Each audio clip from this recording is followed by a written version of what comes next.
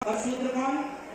कोई भेद है क्या? ऐसे महान संतों ने कोई भेद किया नहीं। जब हमने, हमारे ऋषियों ने, मुनियों ने, संतों ने भेद नहीं किया, तो ये जो भेद का जहर घोला गया वो कुछ नेताओं के कारण, कुछ अंग्रेज मुगलों के कारण घोला गया।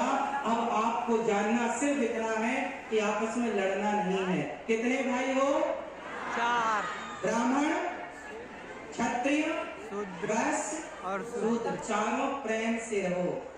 आपस में लड़ोगे, बिखर जाओगे। बट गए तो मिट गए, बट गए तो मिट गए। यदि मिटना है तो बटो, और बने रहना है तो अखंड रहो। इसलिए अखंड भारत चाहिए या बटा हुआ भारत चाहिए? अखंड भारत। अखंड भारत तब होगा जब ये जातवाद का जहर मिटाकर, निकाल कर सबको गले लगाओगे। राम आए जो दीन दुखी सबको गले से लगाना, लगाते चलो और प्रेम की गंगा बहाते तो चलो। हमें आपसे, हम सबके पिता कौन?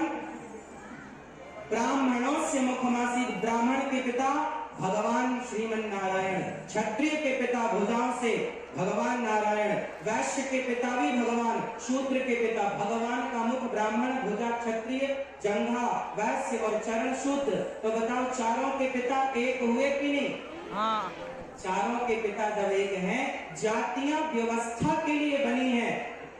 व्यवस्था ब्राह्मण की व्यवस्था है, क्षत्रिय की व्यवस्था है, वैश्य की व्यवस्था, शूद्र व्यवस्था। इस व्यवस्था को तो माने पर जातवाद को नहीं, सबको गले लगाए।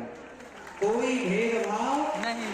आज बिहार में इसी जातवाद के कारण कितने हिंदू अपने धर्म को छोड़कर अन्य मजहब पंथों में कन्वर्ट हो रहे हैं। ये किसकी देन है? हम आपस में लड़ेंगे तो दूसरा इसका फायदा उठाएगा। इसलिए हमें आपस में लड़ना नहीं है।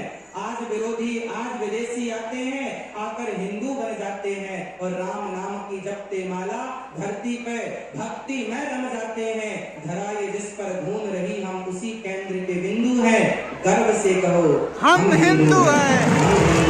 हम सनातनी है। भारत माता की, अखंड भारत की, संत समाज की, उच्च संतों की।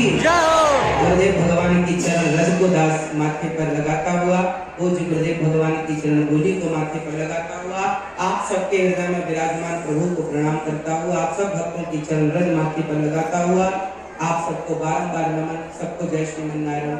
आचार्य जी के चरणों में बारंबार नमन।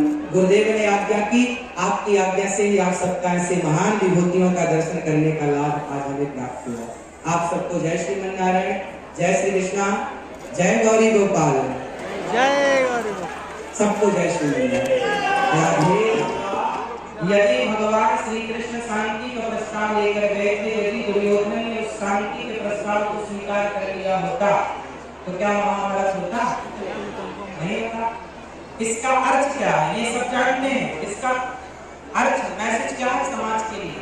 इसका अर्थ ये है कि यदि हमने अपने से बड़ों की बातें मानी, दुर्योधन ने पितामह की बात मानी होती, गुरु द्रोणाचार्य और विदुर जी की बात मानी होती, भगवान श्री कृष्ण के शांति का प्रस्ताव स्वीकार किया होता, तो क्या महाभारत होता? नहीं माना तो महाभारत हुआ। जीवन में तब तक महाभारत होगा जब आप बड़े से बड़ों की बातें नहीं मानेंगे, गुरु चरणों की बातें मानेंगे, बड़ों की बातों का सम्मान करेंगे, तो महाभारत से बच जाएंगे।